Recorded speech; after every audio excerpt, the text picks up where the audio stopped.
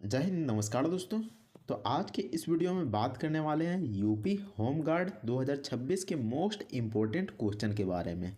जैसा कि आप सभी को मालूम होगा कि 25 अप्रैल से एग्ज़ाम शुरू होने वाला है, तो ऐसे में मैं आपके लिए मोस्ट इम्पोर्टेंट क्वेश्चन को लेकर आया हूं, जो कि आपके एग्ज़ाम्स के लिए बेहद ही इम्पोर्टेंट रहने वाले हैं। तो चलिए वीडियो को शुरू करते हैं। तो देख सकते हैं कि पहला सवाल में पूछा गया है कि भारत और चीन के बीच सीमा रेखा को क्या कहा जाता है। आखिर जो भारत और चीन के बीच सीमा रेखा पड़ता है उसको किस नाम से जानते हैं। तो ऑप्शन में देख सकते हैं रेड क्लिफ रेखा, इंदिरा पॉइंट, डूरंड रेखा या फिर मैकमोहन रेखा। आखिर किस नाम से जानते हैं? तो इसका सही जवाब हो जाएगा मैकमोहन रेखा, ऑप्शन डी। अगले क्वेश्चन में देख सकते हैं कि निम्नलिखित में से किस पहाड़ी पर पूर्वी घाट पश्चिमी घाट से मिलता है। तो कौन सा ऐसा पहाड़ी है जहां पर जो पूर्वी घाट है वह पश्चिमी घाट से मिलता है। तो ऑप्शन में देख सकते हैं पलानी पहाड़ी, अनाईमुड़ी पहाड़ी, नीलगिरी पहाड़ी या फिर शेरवराय पहाड़ी। तो कौन सा ऑप्शन हो जाएगा? तो इसका जवाब हो जाएगा ऑप्शन सी, नीलगिरी पहाड़ी। नेक्स्ट क्वेश्चन में देखते हैं कि जीवन की मूलभूत इकाई क्या है। तो जीवन की मूलभूत इकाई क्या है? ऑप्शन में देख सकते हैं उत्तक, अंग, जीव या फिर कोशिका। तो क्या जवाब हो जाएगा? तो इसका जवाब हो जाएगा कोशिका, जो कि जीवन की मूलभूत इकाई है, ऑप्शन डी। अगले क्वेश्चन में देखते हैं कि निम्नलिखित राज्यों और केंद्र शासित प्रदेशों में से किसमें जुआरी नदी प्रवाहित होती है। तो दिए गए ऑप्शन में कौन सा ऐसा राज्य हो जाएगा या फिर केंद्र शासित प्रदेश हो जाएगा जहां पर जुआरी नदी प्रवाहित होती है। तो यहाँ पर ऑप्शन में देख सकते हैं दमन एवं दीव, गोवा या फिर पुदुचेरी या फिर अंडमान निकोबार। तो कौन सा ऑप्शन हो जाएगा? तो इसका जवाब हो जाएगा ऑप्शन बी, गोवा। अगला क्वेश्चन में देखते हैं कि शिव समुद्रम जलप्रपात किस नदी पर स्थित है। तो यह जलप्रपात कौन से नदी पर स्थित है? देख सकते हैं ऑप्शन ए कृष्णा या फिर option B Godavari, option C Tapi या फिर ऑप्शन डी कावेरी। तो कौन सा ऑप्शन हो जाएगा? तो इसका जवाब हो जाएगा option number D, Kaveri. Next question में देखते हैं कि भारत के निम्नलिखित क्षेत्रों में से कहाँ पर उष्णकटिबंधीय आर्द्र सदाबहार वन नहीं उगते हैं। तो यहाँ पर पूछा गया है कि उष्णकटिबंधीय आर्द्र सदाबहार वन नहीं उगते हैं, ये पूछा गया है। तो ऑप्शन में देख सकते हैं पूर्वी घाट, पश्चिमी घाट या फिर अंडमान द्वीप या फिर उत्तर पूर्वी क्षेत्र। तो कौन सा ऑप्शन हो जाएगा? तो यहाँ पर हो जाएगा पूर्वी घाट, ऑप्शन ए, पूर्वी घाट, जहाँ पर उष्णकटिबंधीय आर्द्र सदाबहार वन नहीं उगते हैं। अगले क्वेश्चन में देखते हैं कि निम्न में से कौन विटामिन सी से सर्वाधिक प्रचुर है। तो दिए गए ऑप्शन में कौन सा ऐसा चीज़ है जिसमें कि सबसे अधिक मात्रा में यानी कि विटामिन सी पाया जाता है। तो यहाँ पर देख सकते हैं ऑप्शन ए सोया दूध, ऑप्शन बी सेब, ऑप्शन सी आंवला या फिर ऑप्शन डी गाजर। तो इसका जवाब हो जाएगा ऑप्शन सी, आंवला। आंवला में विटामिन सी प्रचुर मात्रा में पाया जाता है, ऑप्शन सी। नेक्स्ट क्वेश्चन में देखते हैं कि नागार्जुन सागर बहुउद्देशीय परियोजना कौन सी नदी पर स्थित है। तो कौन सी नदी पर स्थित है? तो यहाँ पर ऑप्शन में देख सकते हैं option A Tapti, option B Kosi, option C Godavari या फिर ऑप्शन डी कृष्णा। तो कौन सा ऑप्शन हो जाएगा? तो इसका जवाब हो जाएगा कृष्णा नदी पर, ऑप्शन डी। नेक्स्ट क्वेश्चन में देखते हैं कि काली क्रांति संबंधित है। तो जो काली क्रांति है वह किससे संबंधित है? तो यहाँ पर ऑप्शन में दिया गया है मत्स्य उत्पादन, कोयला उत्पादन, कच्चा तेल उत्पादन या फिर सरसों उत्पादन। तो इसका जवाब हो जाएगा ऑप्शन सी, कच्चा तेल उत्पादन, ऑप्शन सी। नेक्स्ट क्वेश्चन में देखते हैं कि मानव के शरीर की सबसे छोटी हड्डी कौन सी होती है। तो मानव शरीर में पाया जाने वाला सबसे छोटी हड्डी का नाम बताना है। तो ऑप्शन ए स्टेपिज या फिर ऑप्शन बी फीमर या फिर ऑप्शन सी मेलियस या फिर ऑप्शन डी वोमर। कौन सा ऑप्शन होगा? तो इसका जवाब हो जाएगा ऑप्शन ए स्टेपिज, जो कि कान में पाया जाता है, ऑप्शन ए।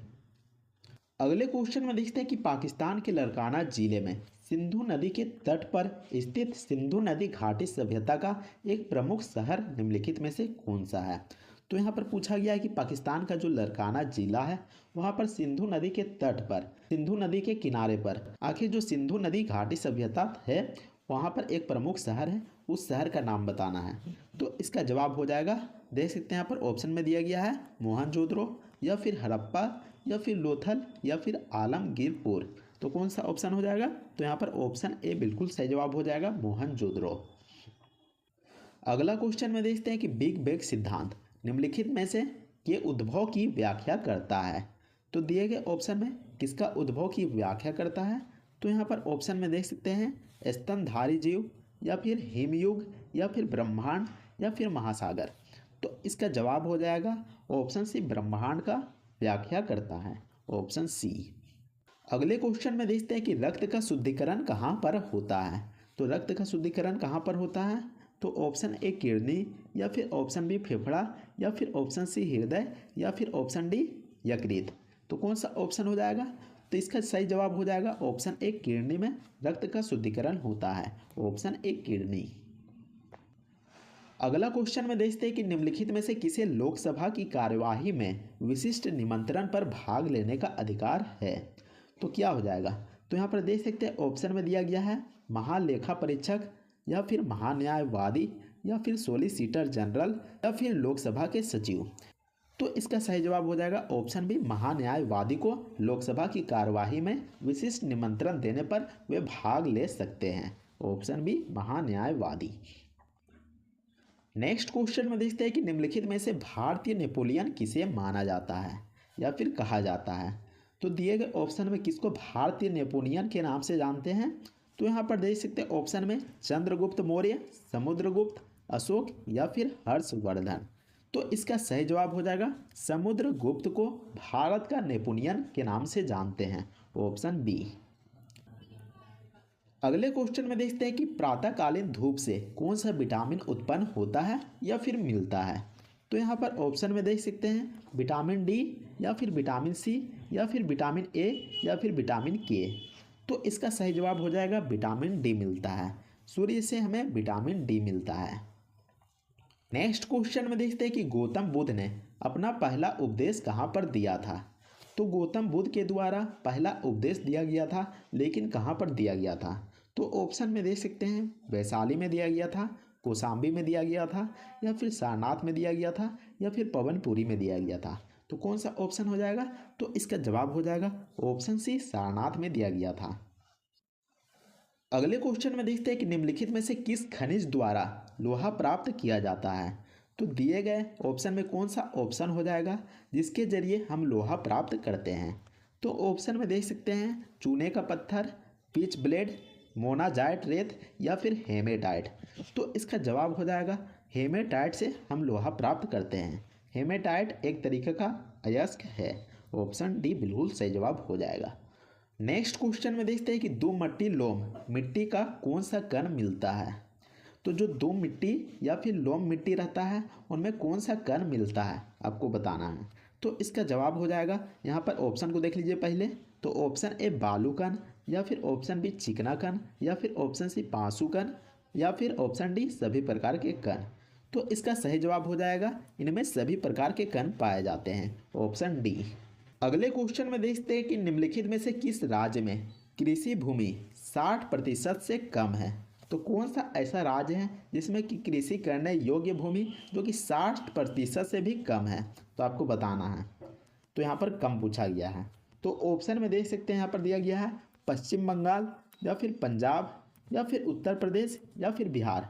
तो इसका सही जवाब हो जाएगा ऑप्शन ए, पश्चिम बंगाल। पश्चिम बंगाल में कृषि भूमि 60% से भी कम है, ऑप्शन ए। तो देख सकते हैं कि पहला क्वेश्चन में पूछा गया कि गोदान निम्नलिखित में से किस प्रसिद्ध लेखक द्वारा लिखा गया उपन्यास है। तो जो गोदान है वह एक उपन्यास है, तो कौन से लेखक के द्वारा लिखा गया है। तो यहाँ पर ऑप्शन में दिया गया है जयशंकर प्रसाद, सूर्यकांत त्रिपाठी, माखनलाल चतुर्वेदी या फिर मुंशी प्रेमचंद। तो दिए गए ऑप्शन में कौन सा ऑप्शन हो जाएगा। तो इसका सही जवाब हो जाएगा option D, Munshi Premchand, option D. अगले क्वेश्चन में देखते हैं कि निम्नलिखित में से कौन सा भारत का सर्वोच्च नागरिक पुरस्कार है। तो दिए गए पुरस्कारों में से कौन सा ऐसा पुरस्कार है जो कि भारत का सर्वोच्च नागरिक पुरस्कार है। तो ऑप्शन में दिया गया है भारत रत्न, पद्म भूषण, पद्म विभूषण या फिर पद्मश्री। तो कौन सा ऑप्शन हो जाएगा? तो इसका जवाब हो जाएगा ऑप्शन ए भारत रत्न। नेक्स्ट क्वेश्चन में देखते हैं कि मनुष्य के जीवन काल में कितने दांत 2 बार विकसित होते हैं। तो मनुष्य के जीवन काल में कितने ऐसे दांत होते हैं जो कि 2 बार विकसित होते हैं? तो ऑप्शन में दिया गया है option A 28, option B 20, option C 12 या फिर ऑप्शन डी 4। तो कौन सा ऑप्शन हो जाएगा? तो इसका जवाब हो जाएगा ऑप्शन बी 20। 20 ऐसे दांत होते हैं जो कि जीवन काल में 2 बार विकसित होते हैं। अगले क्वेश्चन में देखते हैं कि निम्नलिखित में से किस दिन को भारत में संविधान दिवस के रूप में मनाया जाता है? तो कौन सा ऐसा दिन है जिसमें कि संविधान दिवस के रूप में हम मनाते हैं? तो ऑप्शन में दिया गया है 15 अगस्त, 26 जनवरी, 26 नवंबर या फिर 30 दिसंबर। तो कौन सा ऑप्शन हो जाएगा? तो इसका सही जवाब हो जाएगा 26 नवंबर को संविधान दिवस के रूप में मनाते हैं। नेक्स्ट क्वेश्चन में देखते हैं कि निम्नलिखित में से किसमें लैक्टिक एसिड होता है? तो किसमें लैक्टिक एसिड पाया जाता है? तो ऑप्शन में देख सकते हैं दही, सिरका, पालक या फिर इमली। तो किसमें लैक्टिक एसिड पाया जाता है? तो इसका सही जवाब हो जाएगा दही में लैक्टिक एसिड पाया जाता है, ऑप्शन ए दही। नेक्स्ट क्वेश्चन में देखते हैं कि गुड़ी पड़वा निम्नलिखित में से किस राज्य का वसंत समय का त्यौहार है? तो यहाँ पर गुड़ी पड़वा एक तरीका का त्यौहार है, तो कौन से राज्य का त्यौहार है आपको बताना है। तो ऑप्शन में दिया गया है उत्तराखंड, महाराष्ट्र, हिमाचल प्रदेश या फिर गुजरात। तो कौन सा ऑप्शन हो जाएगा? तो इसका जवाब हो जाएगा ऑप्शन बी महाराष्ट्र राज्य में।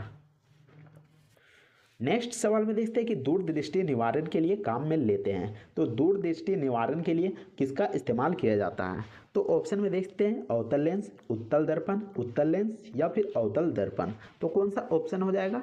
तो इसका जवाब हो जाएगा उत्तल लेंस का प्रयोग करते हैं, ऑप्शन सी। अगले क्वेश्चन में देखते हैं कि राष्ट्रीय मानवाधिकार आयोग का मुख्यालय निम्नलिखित में से कहाँ पर स्थित है? तो जो राष्ट्रीय मानवाधिकार आयोग का मुख्यालय है वह कहाँ पर स्थित है? तो ऑप्शन में देखते हैं बेंगलुरु, मुंबई, नई दिल्ली या फिर मेरठ। तो इसका सही जवाब हो जाएगा नई दिल्ली में स्थित है, ऑप्शन सी। नेक्स्ट क्वेश्चन में देखते हैं कि साइबर क्राइम की शिकायत दर्ज कराने के लिए हेल्पलाइन नंबर है। तो अगर किसी को साइबर क्राइम की शिकायत दर्ज करवानी है तो कौन से हेल्पलाइन नंबर पर आपको जाना पड़ेगा? तो यहाँ पर देख सकते हैं ऑप्शन में दिया गया है 1910, 1920, 1930 या फिर 1940। तो इसका सही जवाब हो जाएगा 1930। आपको 1930 डायल करना होगा।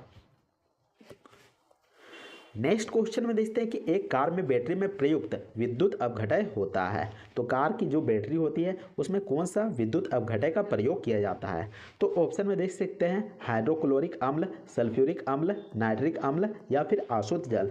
तो इसका सही जवाब हो जाएगा सल्फ्यूरिक अम्ल का इस्तेमाल करते हैं, ऑप्शन बी। नेक्स्ट क्वेश्चन में देखते हैं कि उत्तर प्रदेश पुलिस की टैगलाइन क्या है? तो उत्तर प्रदेश पुलिस की टैगलाइन क्या है? तो ऑप्शन में देख सकते हैं सत्यमेव जयते, सुरक्षा आपकी संकल्प हमारा, सेवा वीरता और बंधुता या फिर ऑप्शन डी सेवा सुरक्षा शांति। तो कौन सा ऑप्शन हो जाएगा? तो इसका जवाब हो जाएगा ऑप्शन बी सुरक्षा आपकी संकल्प हमारा। अगले क्वेश्चन में देखते हैं कि G20 का पूर्ण रूप क्या है? तो G20 का फुल फॉर्म क्या है? तो ऑप्शन में देखते हैं कि group of 20, gathering of 20, great 20 या फिर ग्लोरी ऑफ 20। तो कौन सा ऑप्शन हो जाएगा? तो इसका जवाब हो जाएगा ग्रुप ऑफ 20, ऑप्शन ए।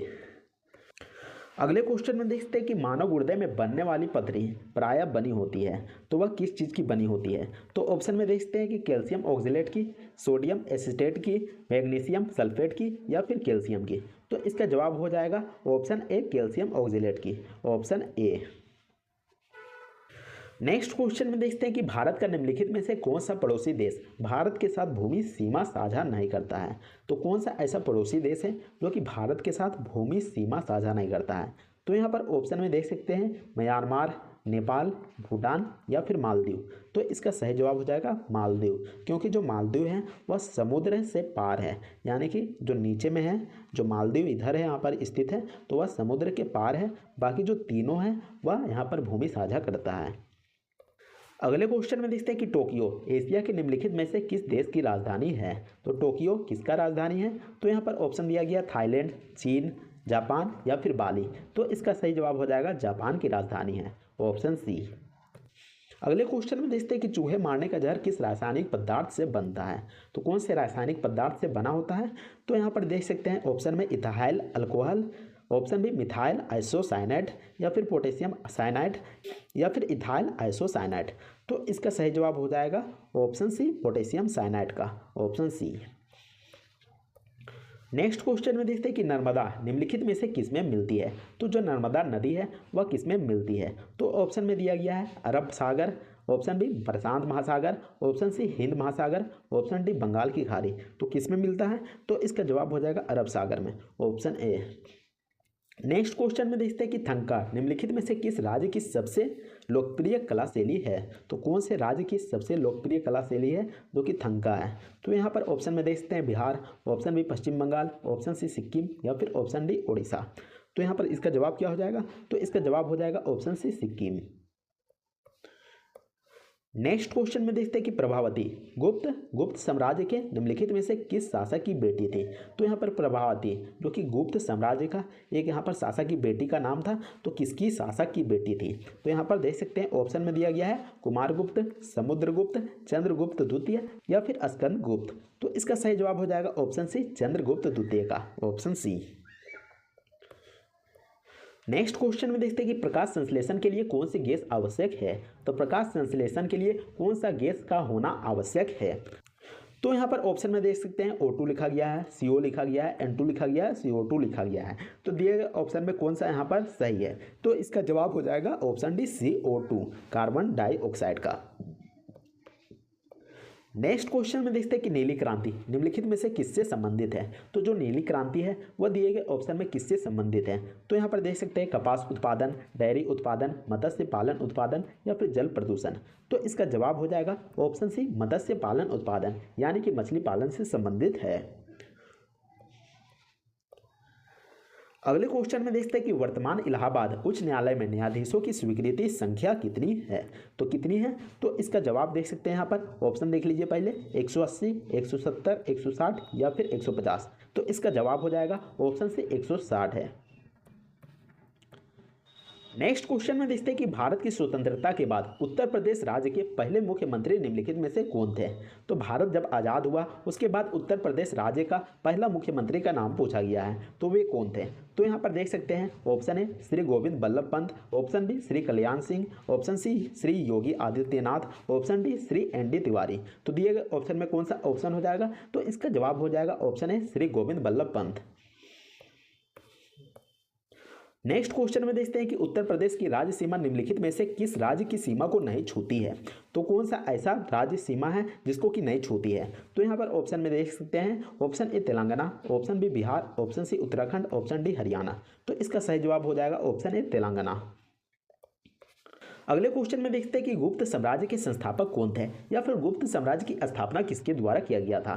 तो यहाँ पर ऑप्शन में देख सकते हैं ऑप्शन ए चंद्रगुप्त प्रथम, option B Samudragupta, option C Srigupta, option D Chandragupta द्वितीय। तो किसके द्वारा स्थापना किया गया था, या फिर गुप्त साम्राज्य के संस्थापक कौन थे। तो श्रीगुप्त थे, ऑप्शन सी।